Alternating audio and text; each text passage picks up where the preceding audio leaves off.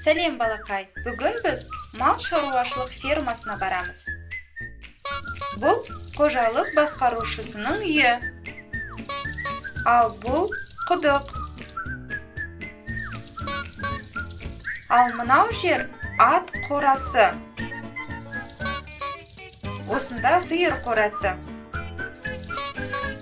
Бұл жерде қамба. Ал мынау күрке қоянға арналған қоян күркесі. Мынау тауық қорасы, тауық қора.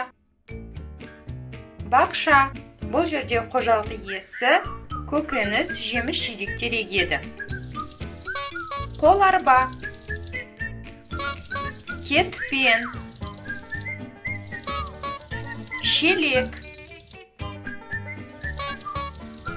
су сепкіш.